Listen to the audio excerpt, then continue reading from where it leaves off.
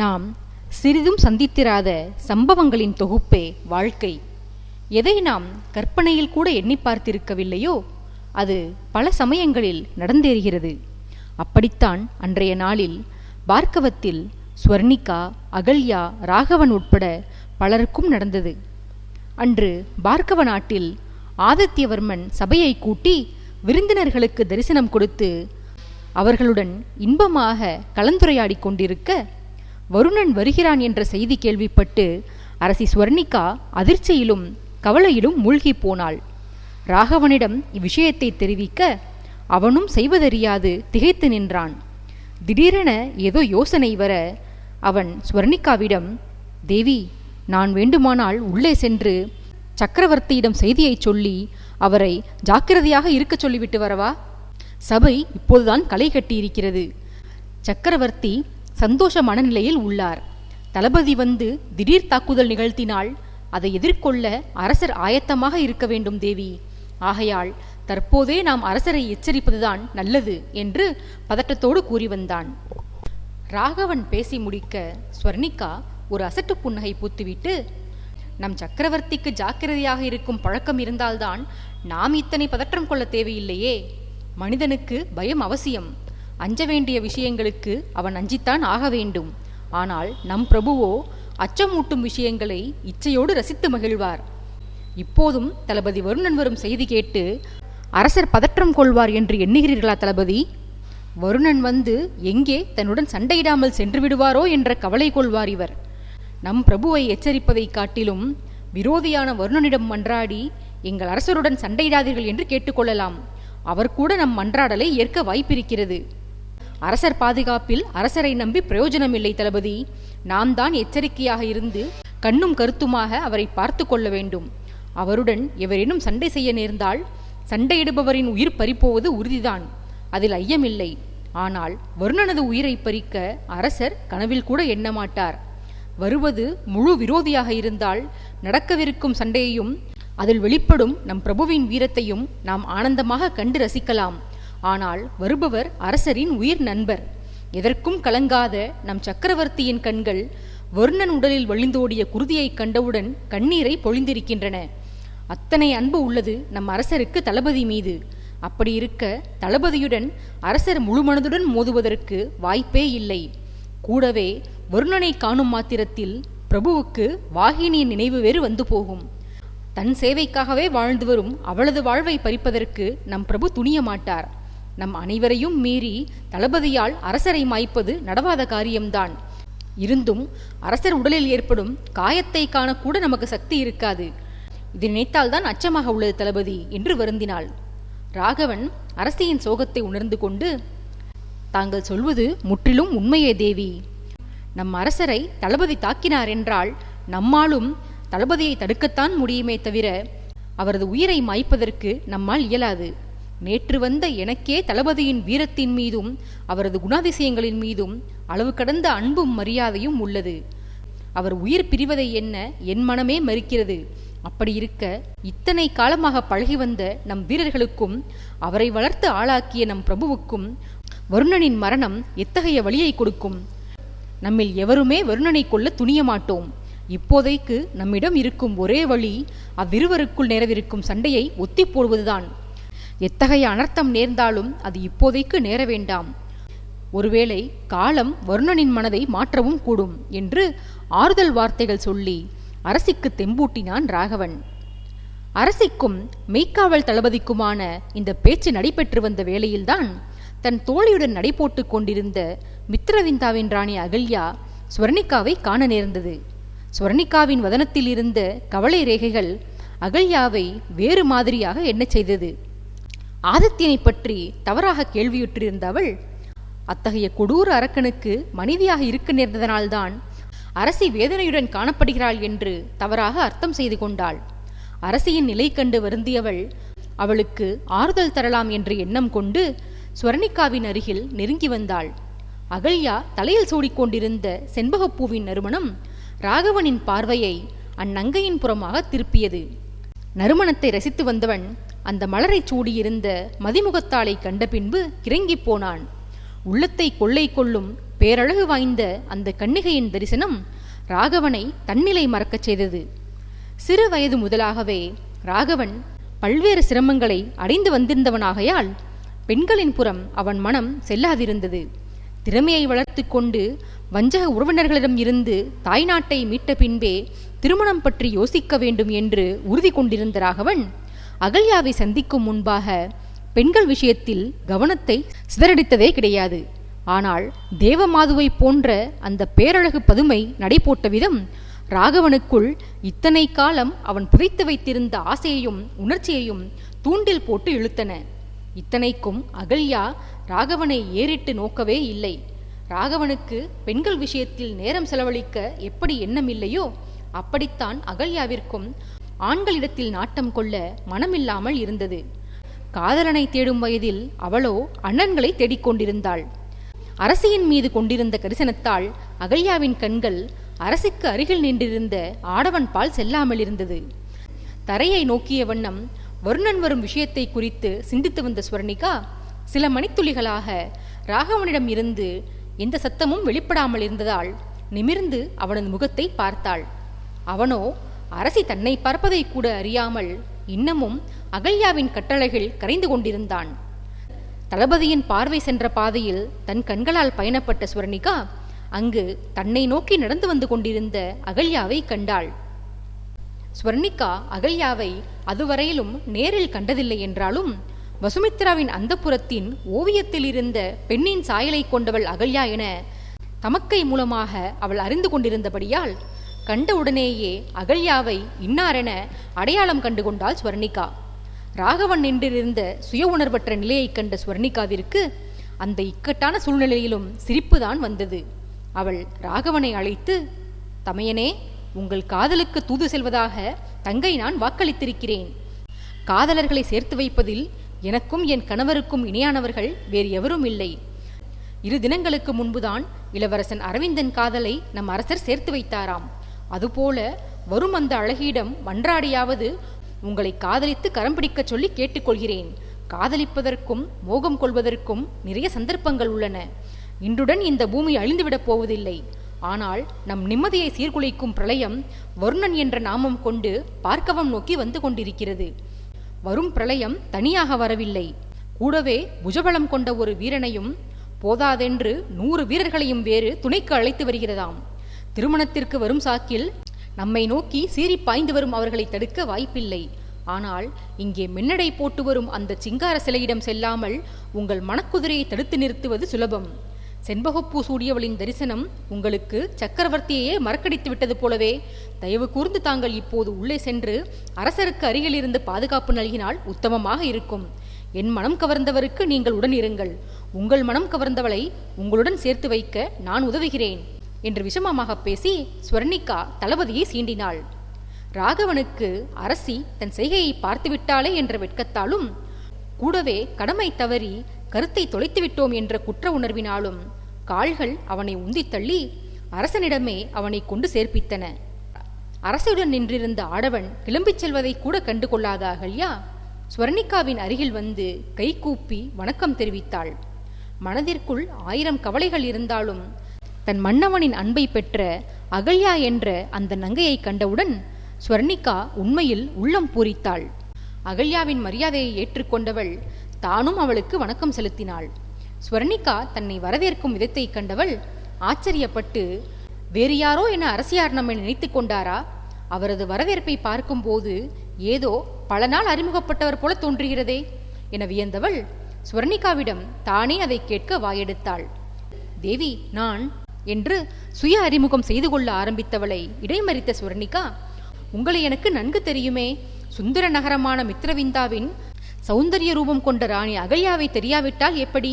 சொர்ண பூமியான மித்ரவிந்தா அழகா அல்லது அதை ஆளும் அழகு ரூபிணி அழகா என்று நாட்டிற்குள் எப்போதும் ஒரு சந்தேகம் நிலவுகிறதே. அழகின் விலாசமான அகல்யா தேவிக்கு அறிமுகம் அவசியமில்லை என்று கவிநயத்துடன் கூறி எதிரில் இருப்பவளின் மனதை வென்றாள். பெண்களை பொதுவாக வர்ணித்தால் அவர்களுக்குள் ஒரு சந்தோஷம் பிறக்கும்.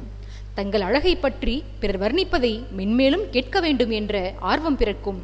ஆனால் வாழ்வில் எந்த பிடிப்பும் இல்லாதிருந்த அகல்யாவிற்கு தான் அழகை என்று ஊர் உலகமே புகழ்வதை கேட்டும் எந்த ஒரு சலனமும் இதுவரையில் ஏற்படாதிருந்தது. ஆயினும் அன்றைக்கு ஸ்வர்ணிகாவின் புகழ்ச்சி அகல்யாவிற்குள் ஆனந்தத்தை கொடுத்தது. அரசியின் பாராட்டு மொழிகளை தலை தாழ்த்தி ஏற்றுக்கொண்டவள் அவளை நோக்கி, தேவி, சக்கரவர்த்தியின் மனைவி என்ற அகந்தை துளியும் இல்லை தங்களிடம். உங்கள் தகுதிக்கு என்னிடம் நின்று பேச வேண்டிய அவசியம் கூட இல்லை தங்களுக்கு. ஆயினும் என்னை மதித்து பேசுவதோடு என்னை வர்ணிக்கவும் செய்கிறீர்கள். சக்கரவர்த்தி மிகவும் புண்ணியம் செய்தவர், தங்களை போன்ற மனைவி கிடைக்கப்பெற என்று தன் பங்குக்கு தானும் புகழ்ந்தாள். ஸ்வர்ணிகா அவளிடம், உங்களிடம் இல்லாத தகுதி என்னிடம் அப்படி என்ன இருக்கிறது? நாம் இருவருமே மனித பிறவிகள், நமக்குள் உயர்ச்சி தாழ்ச்சி இல்லை ராணி. என் கணவன் புண்ணியவான் என்றீர்களே, தங்களை மணக்கப் போகும் அந்த புண்ணியவான் யாரென்று நான் தெரிந்து கொள்ளலாமா என்று வினவினாள். அகல்யாவோ விரக்தியாக சிரித்துவிட்டு, திருமணம் பற்றி பலருக்கும் பலவிதமான ஆசைகள் இருக்கும் தேவி. என்னுடைய ஆசையெல்லாம் எனக்கு வரப்போகும் கணவனின் தராதரத்தை பற்றியோ, அவரது மன்மத சொரூபத்தை பற்றியோ, அவரது மதிநுட்பத்தை பற்றியோ இல்லை. எனக்கு திருமணம் என்ற ஒன்று நடந்தால் திருமணத்தை தலைமை தாங்கி நடத்த, விவாகத்தில் ஓடியாடி வேலை செய்ய, என் திருமணத்தை கொண்டாடி மகிழ, என்னை முறைப்படி மணமகனுக்கு தாரை வார்த்து கொடுக்க, நான் புகந்தகத்திற்கு செல்லும் போது என் பிரிவை எண்ணி வருந்தி கண்ணீர் சிந்த எனக்கு சொந்தம் என்று எவரேனும் இருக்க வேண்டும். என் தமையனும் என் மாமன் மகளும் சக்கரவர்த்தியின் அலட்சியத்தால் உயிர் துறந்து விட்டனர். எனக்கு இருப்பதோ ஒரே ஒரு அத்தை. உடல்நலம் குன்றிய அவரும் இப்போது என்னுடன் இல்லை. என் தமையனின் நண்பர் சிகிச்சை அளிப்பதற்காக அவரை தன்னுடன் அழைத்து சென்று விட்டார். இதில் நான் மனம் புரிந்து கொண்டு யாரை மகிழ்விப்பது தேவி? மணமான பின் புகுந்த வீட்டிலிருந்து பிறந்தகத்திற்கு சென்றால் அங்கே தாய், தந்தை, தமையன் என அனைவரும் பெண்ணை கொண்டாடி மகிழ்வார்கள். எனக்கோ அவ்விதம் அன்பை கொட்ட எவரும் இல்லை. என் பணியாளர்களும் காவல் வீரர்களும் என்னிடம் அன்பு செலுத்துவார்கள்தான். ஆனால் அது பயமும் மரியாதையும் கலந்த அன்பாகவே இருக்கும். கலப்படமில்லாத தூய அன்பாக மட்டுமே இராது. அப்படி என்னை அரசியாக காணாமல் தங்கையாக மட்டுமே கண்ட இரு தமையன்கள் எனக்கு கிடைத்தார்கள். அவர்களது உறவை ஆயுளுக்கும் தக்க வைத்துக் கொள்ள வேண்டும் என்ற ஆசையில் இருந்தேன். ஆனால் அவர்களையும் நான் இழந்துவிட்டேன் தேவி. என்னை தேடி என் நாட்டிற்கு வந்த அவர்களை நான் காணும் ஆசையில்தான் இங்கு வந்தேன். வந்த நாள் முதலாக அவர்களை தேடிக்கொண்டுதான் இருக்கிறேன். தேடுதலுக்கு ஒரு தீர்வு கிடைக்கவில்லை தேவி என்று வருந்தி சொன்னாள். ஏதோ கேட்டதற்கு என்னவெல்லாமோ சொல்லி வருந்துகிறாரே. எத்தனை பாரத்தை மனதில் சுமந்திருந்தால் இப்பெண் இவ்வாறெல்லாம் பிதற்றுவார்? இக்கன்னிகை தேடும் இருவரில் ஒருவர் இவர் அறவே வெறுக்கும் ஆதித்யவர்மர்தான் என்று தெரிய வந்தால் இப்பெண்ணின் மனது என்ன பாடுபடும் என்று எண்ணி அகல்யாவின் நிலை குறித்து வருந்திய ஸ்வர்ணிகா அவளிடம், தாங்கள் வருந்த வேண்டாம் தேவி. வாழ்வின் ஒரு பகுதி சோதனை காலமாக இருந்தால் மீதி பகுதி சந்தோஷத்திற்கான காலமாகத்தான் இருக்கும். நீங்கள் கஷ்ட காலத்தை எல்லாம் கடந்து வந்து விட்டீர்கள். இனி இன்பம் மட்டுமே உங்கள் வாழ்வில் நிரம்பி இருக்கப் போகிறது. நீங்கள் நினைத்தது எல்லாம் கிடைக்கவிருக்கிறது. அது நடக்க வேண்டுமானால் நீங்கள் அவசியம் ஒரு காரியம் செய்ய வேண்டும். கண்ணால் காண்பதையும் காதால் கேட்பதையும் மட்டுமே நம்பக்கூடாது. நீங்கள் கேள்விப்படுபவையின் உண்மைத்தன்மையை ஆராய்ந்து அறிய முற்பட வேண்டும். வெளியே கரடுமுரடாக தெரியும் பலாப்பழம் உள்ளே சுவையான சுளைகளை கொண்டிருக்கும். அதுபோலத்தான் சில மனிதர்களும். தோற்றத்தில் முரடர்களாக தெரியும் சிலர் குணத்தில் குழந்தையாக இருப்பர் என்று விளக்கிக் கொண்டு சென்றாள். ஸ்வர்ணிகாவின் விளக்கங்களை கேட்டு வந்த அகல்யா ஆச்சரியப்பட்டு போனாள். அரசியார் கூறும் அறிவுரைகளை பார்த்தால் அரசிக்கு நம்மை பற்றி முன்பே நன்கு தெரியும் போல இருக்கிறதே. நம்மை நன்கு அறிந்தவர் போலவே பேசுகிறாரே இவர் சக்கரவர்த்தியின் மனைவி என்பதனால் சிற்றரசியான நமது பெயரையும் நம் நாட்டை பற்றியும் அறிந்து வைத்திருப்பார். ஆனால் நம் கஷ்டங்கள் குறித்தெல்லாம் இவருக்கு எப்படி தெரிந்திருக்கிறது? ஒருவேளை சகோதரர்கள் பருதிவர்மனோ மித்திரனோ கூறியிருப்பார்களோ என்று மனதிற்குள் யோசித்துக் கொண்டிருந்தாள். அந்நேரத்தில் காவலன் ஒருவன் அவையிலிருந்து வெளிவந்து ஸ்வர்ணிகாவை அரசன் உள்ளே அழைப்பதாக தெரிவித்தான். காவலனை செல்லச் சொல்லிவிட்டு அகல்யாவிடம் விடை பெற்றுக் கொண்டு ஸ்வர்ணிகா உள்ளே செல்ல அடியெடுத்து வைத்தாள். அச்சமயம் யோசனையில் இருந்து விடுபட்ட அகல்யா நடந்து சென்ற ஸ்வர்ணிகாவை அழைத்து, என் விவரமெல்லாம் தங்களுக்கு தெரிந்திருக்கிறதே, எனில் நான் குறிப்பிட்ட எனது தமையன்களை பற்றியும் தங்களுக்கு தெரிந்திருக்க வேண்டுமே. தங்களுக்கு ஆட்சேபனை இல்லையெனில் அவர்கள் எங்குள்ளார்கள் என்று தெரிவிக்கிறீர்களா தேவி? அவ்விருவரையும் காண துடித்துக் கொண்டிருக்கிறேன் என்று கேட்பவர் மனதை கரைத்துவிடும் குரலில் கேட்டாள் அகல்யா. ஸ்வர்ணிகா ஒரு புன்முறுவல் செய்துவிட்டு, அதற்கென்ன, தாராளமாக சொல்கிறேன். உங்கள் அண்ணன்களில் ஒருவர் உள்ளே சக்கரவர்த்தியின் சபையில் வீற்றிருக்கிறார். இன்னொருவர் பார்க்கவம் நோக்கி வந்து கொண்டிருக்கிறார். இப்போது இல்லாவிடினும் இளவரசனின் திருமணம் முடிந்து நீங்கள் மித்ரவிந்தா திரும்புவதற்கு முன்னால் இரு தமையன்களையும் சந்தித்துவிட்டுதான் செல்வீர்கள் என்று கூறி மர்ம புன்னகை ஒன்றை சிந்திவிட்டு அவை நோக்கி சென்றாள் ஸ்வர்ணிகா. ஸ்வர்ணிகா உள்ளே செல்ல அவளை இமை மூடாமல் வியந்து பார்த்தபடி நின்றிருந்த அகல்யா இத்தனை நேரமும் மரியாதை கருதி தூரத்தில் நின்றிருந்த தன் தோழியை அருகில் அழைத்து, அரசியாரை பார்த்தால் விந்தையாக உள்ளதடி, நம் விஷயங்கள் அனைத்தையும் தெரிந்து வைத்திருக்கிறார். அத்துடன் பார்க்கவத்தில் இத்தனை நாட்களாக நாம் தேடியலைந்த தமையன்களில் ஒருவர் அவைக்குள் இருப்பதாக சொல்லிச் செல்கிறார். நம் கண்களில் படாத அவர் அரசியின் கண்களில் எப்படிப்பட்டார்? பருதிவர்மர் என்னை குறித்து அரசியாரிடம் தெரிவித்திருப்பதனால்தானே அவருக்கு என்னை அடையாளம் தெரிகிறது. எனில் என் அன்பை மதிக்கும் தமையன் இதே நாட்டில் இருந்தும் ஏன் என் கண்களில் அகப்படவில்லை? அனைத்தும் மர்மமாக உள்ளதடி என்று உண்மையை அறியும் யோசனையுடன் சொல்லி வந்தவள் எத்தனை யோசித்தும் விடை கிடைக்காத காரணத்தால் விரக்தியில் தலையாட்டிவிட்டு தனது அறைக்கு சென்றாள். அங்கு ஸ்வர்ணிகா அவைக்குள் செல்ல அவையோர் பலரும் எழுந்து நின்று அவளுக்கு மரியாதை செலுத்தினர். தன் தமக்கைக்கு கிடைக்க வேண்டிய மரியாதைகள் தனக்கு கிடைக்கின்றனவே என்ற பரிதவிப்பில் வேண்டா வெறுப்பாக மரியாதைகளை ஏற்றுக்கொண்டு அரசனிடத்தில் சென்றாள். மனைவியை தனக்கு அருகில் அமரச் சொல்லி புன்னகையுடன் கை காட்டிய ஆதித்யன் படபடப்போடு அருகில் அமர்ந்திருந்தவளை பார்த்து, என் ஆசனத்திலும் என் மனதிலும் அக்கால் தங்கை இருவருக்குமே எப்போதும் இடம் உள்ளது ஸ்வர்ணிகா. நீ சௌபாவுடைய உரிமையை பறிக்கவில்லை, உனக்கான உரிமையை பெற்றுக்கொள்கிறாய், அவ்வளவே. அவளை போன்றே நீயும் நான் மாலையிட்டு மணந்த மனைவிதான். என்ன, உன் தமக்கை விஷயத்தில் முதல் மாலையை நான் அவள் கழுத்தில் சூட்டினேன்.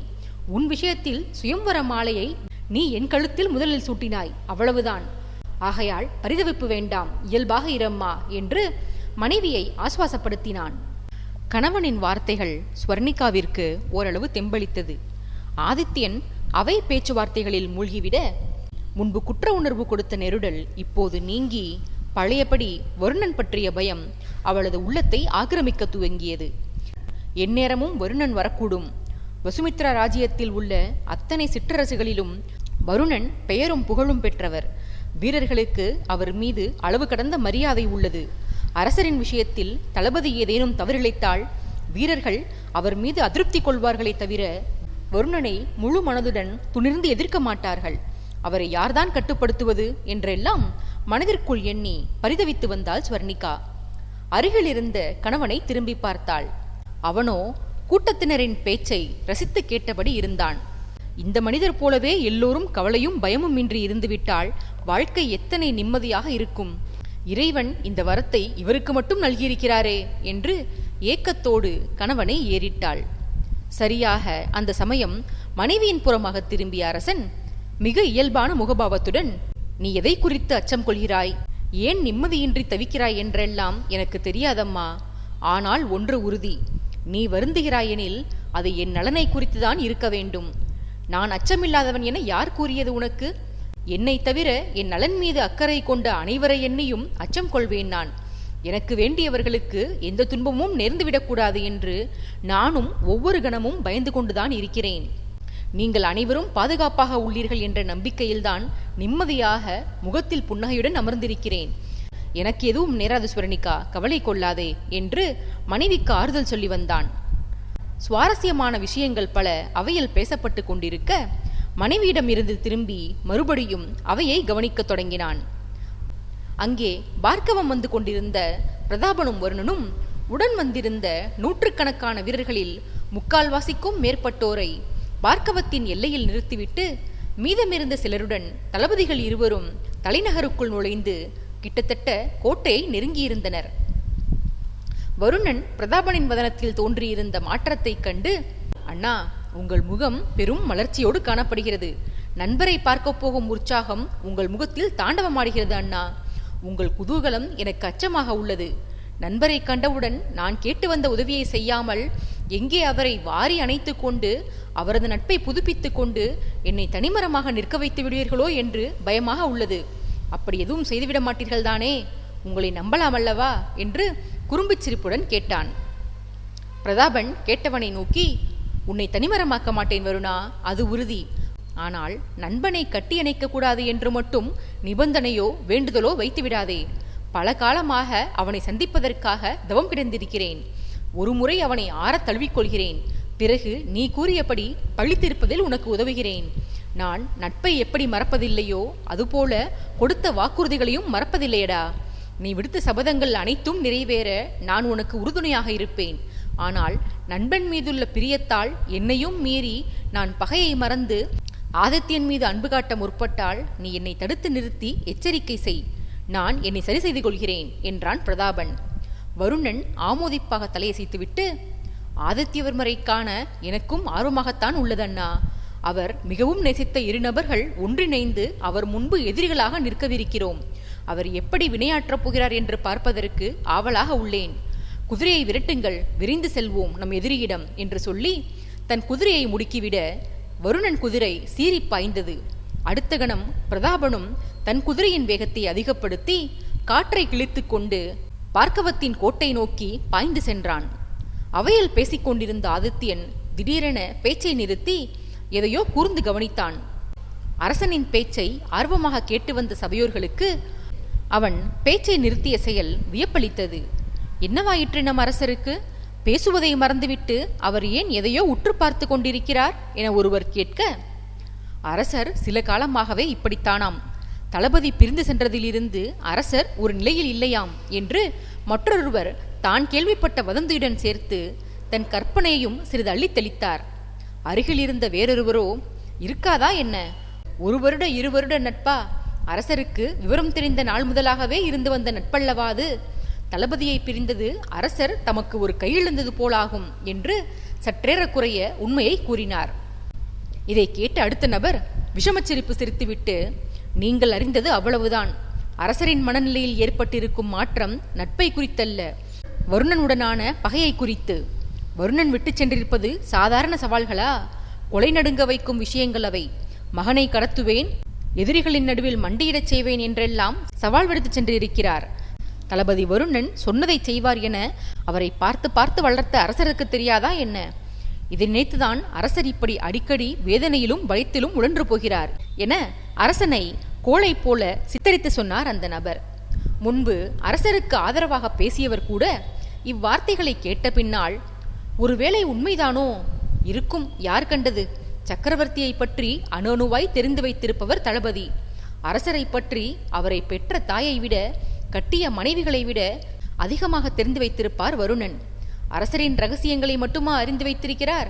அவரது ஆதித்தபுரி கோட்டையின் ஒட்டுமொத்த மர்மங்களையும் முழுவதுமாக தெரிந்து வைத்திருக்கிறார் நம் தளபதி.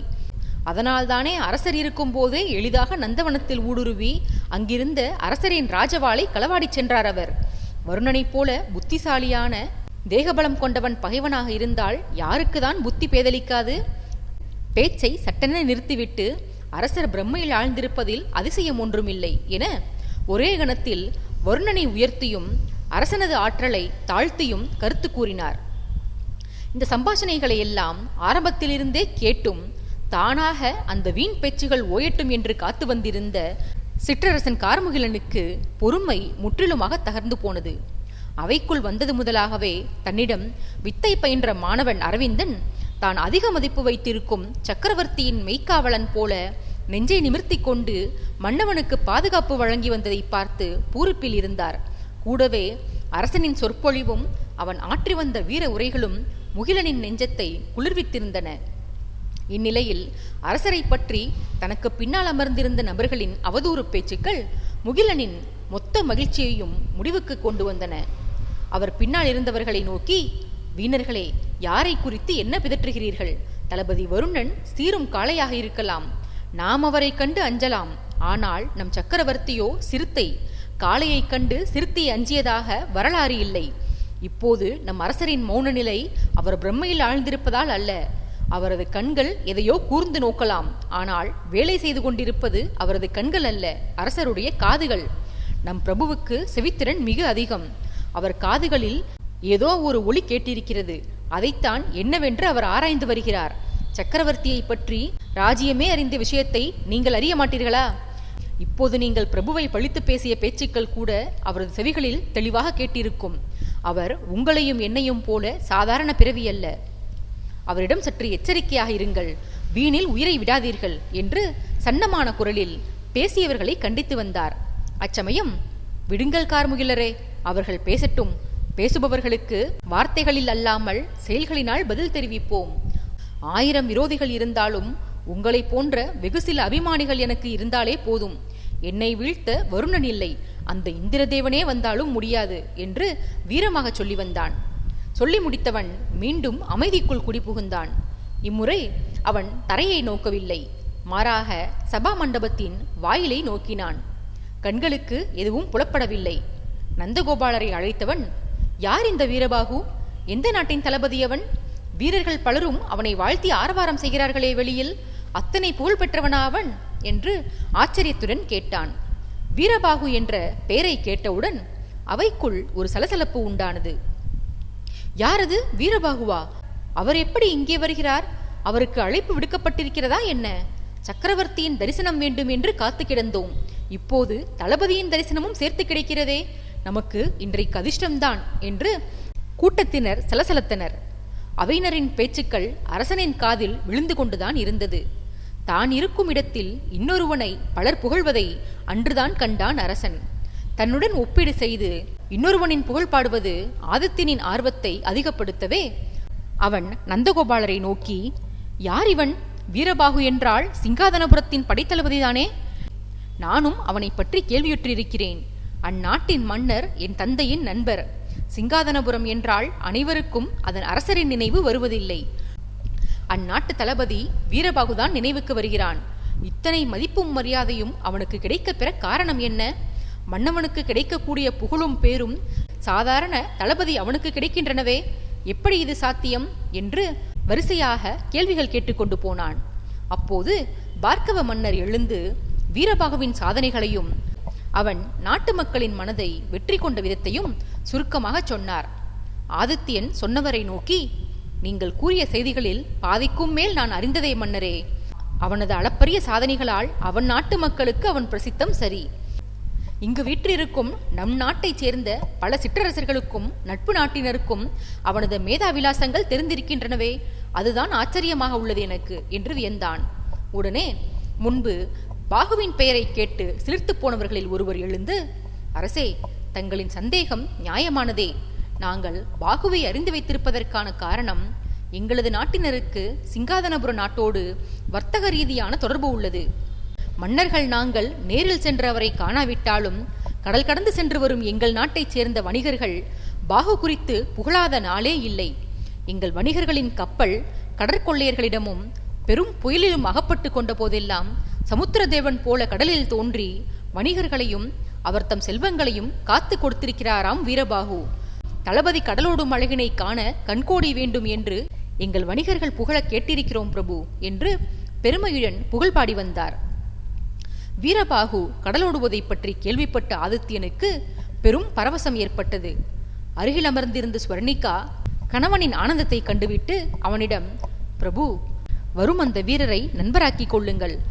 பிறகு கடல் பயணம் செய்யும் உங்கள் நெடுநாளைய ஆசை நிறைவேறும் என்று முணுமுணுத்தாள். அனைவருமே இப்படி வீரபாகுவின் வரவால் இன்புற்றிருக்க மன்னர் நந்தகோபாலன் அடுத்து கூறிய வார்த்தைகள் ஸ்வர்ணிகா மட்டுமில்லாது அங்கிருந்த அரசனின் நலவிரும்பிகள் பலரையும் கதிகலங்கச் செய்தது. தளபதி வீரமும் விவேகமும் நிறைந்தவர், அதில் மாற்றமில்லை. ஆனால் திருமணத்திற்கு நான் அழைப்பு அனுப்பாமல் அவர் வர காரணம் என்ன? போர் செய்ய மட்டுமே அழைப்பின்றி வருவார்கள், விசேஷத்திற்கு அப்படி வரமாட்டார்களே. அவர் வருகையில் வில்லங்கம் ஏதும் உள்ளதா என கூறி வந்தவரின் முகம் அதிர்ச்சியிலும் பீதியிலும் உறைந்து போனது.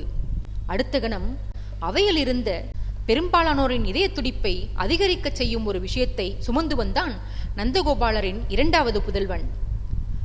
கடமைக்கு அரசனிடம் அனுமதி பெற்று அவன் அனுமதியளிக்கும் முன்னரே ஓட்டமும் நடையுமாக அவைக்குள் நுழைந்தான். தந்தையையும் ஆதித்யனையும் அளவு கடந்த அச்சத்துடன் மாறி மாறி பார்த்தான். ஆதித்யன் வந்தவனின் கண்களை கூராக நோக்கி, என்ன தம்பி, என்ன விஷயம்? சிங்கம் புலி ஏதேனையும் கண்டு வந்தாயா? ஏன் இத்தனை பீதி? என்னவாயிற்று உனக்கு என்று கேட்டான்.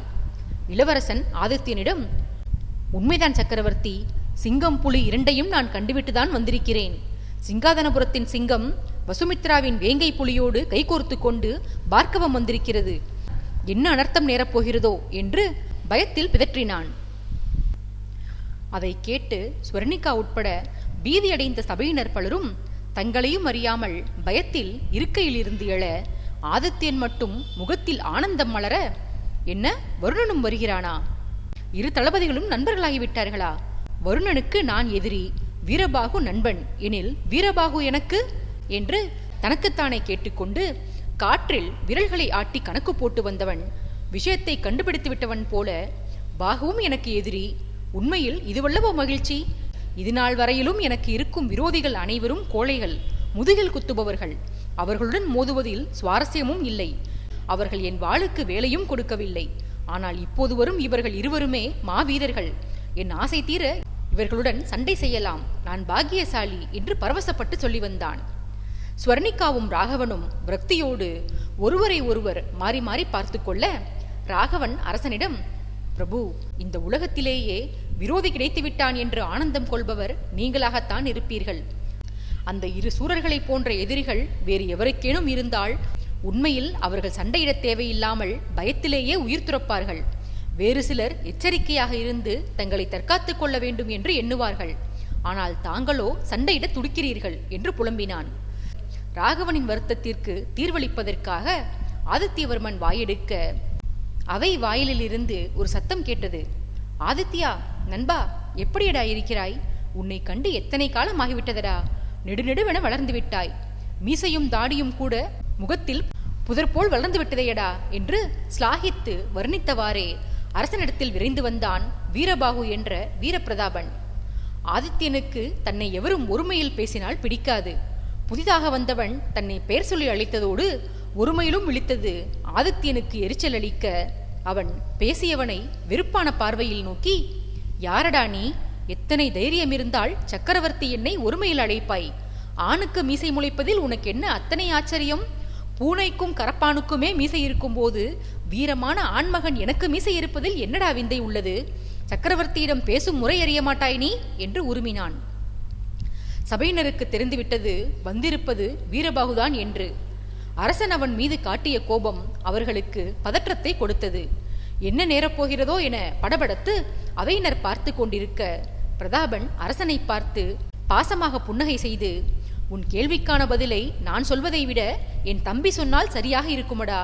உன்னை நன்கு அறிந்த அவனே உன் கேள்விக்கு பதில் சொல்லும் விதத்தையும் அறிவான் என்று அரசனிடம் சொல்லிவிட்டு அரசனை நோக்கி நின்று கொண்டிருந்த தனது உடலை திருப்பாமல் அரசனின் எதிர்வினையை காணும் ஆர்வத்தில் கண்களை அரசன் மீதிருந்து அகற்றாமல் லேசாக தலையை மட்டும் பின்னால் திருப்பி, தம்பி, என் நண்பனுக்கு பதில் வேண்டுமாம். உனது குரலை அவன் கேட்டு பல நாட்கள் ஆகியிருக்கும். அவன் கேள்விகளுக்கு நீயே உன் கம்பீர குரலில் பதில் சொல்லடா என முகத்தில் விஷம புன்னகை அரும்பு சொன்னான். ஆதித்யனுக்கு விஷயம் புரிந்துவிட்டது. வந்திருப்பவன் சிங்காதனபுரத்தின் தளபதி என்றும் அவன் அழைப்பது வருணனைத்தான் எனவும் அறிந்து கொண்டு விட்டான் ஆதித்யன். முன்னால் நின்றிருந்த தளபதி வாயிலை மறைக்க, வாயிலுக்குள் நுழையும் வருணனை காணும் ஆவலில் எட்டி பார்த்தான் ஆதித்யன். வாயிலுக்கு அருகில் வருணன் இல்லை. அவையின் மேல்தளத்தில் இருந்து வரும் படிக்கட்டுகளில் இருந்து வருணனின் குரல் ஓங்கி ஒலித்தது. இங்கு இருக்கும் என்னை எங்கே தேடுகிறீர்கள் பிரபு? என்னை காண தங்களுக்கு அத்தனை ஆவலா? நான் வந்துவிட்டேன். இனி பகையை தீர்த்து கொள்ளாமல் எங்கும் செல்ல மாட்டேன். அடிக்கடி என்னை நீங்கள் சந்திப்பீர்கள், வருந்த வேண்டாம் அரசே என்று வஞ்சக புன்னகையோடு சொல்லி வந்தான். வாயிற்புறமாக இருந்த கண்களை வருணன் குரல் கேட்ட திசையில் திரும்பி பார்த்தான். தனது புருவத்தை உயர்த்தி தலையை ஆட்டி கிண்டல் செய்யும் பாணியில் வருணனின் வார்த்தைகளை கேட்டு வந்த ஆதித்யன் தனக்கு எதிரில் நின்றிருந்த பாகுவை நோக்கினான். அவன் முகத்திலும் அதே போன்றதொரு கொடிய புன்னகை விரவி கிடந்தது. உடனே தன் வதனத்தில் விஷமச்சிரிப்பை இலையோட விட்டு, வாருங்களடா அன்பு எதிரிகளே, உங்கள் வரவு நல்வரவாகட்டும். வாழ்க்கை மிகவும் அலுப்பாகவும் சோர்வாகவும் உள்ளதே என வருந்திக் கொண்டிருந்தேன். வருணன் வந்தால் அயற்சி தீரும் என எண்ணியிருந்தேன். எதிர்பாராத பொக்கிஷமாக நீயும் வந்திருக்கிறாய் தளபதி. இனி எனக்கு சுவாரஸ்யத்திற்கு குறைவே இருக்காது என்று ஆனந்தமாக சொன்னான்.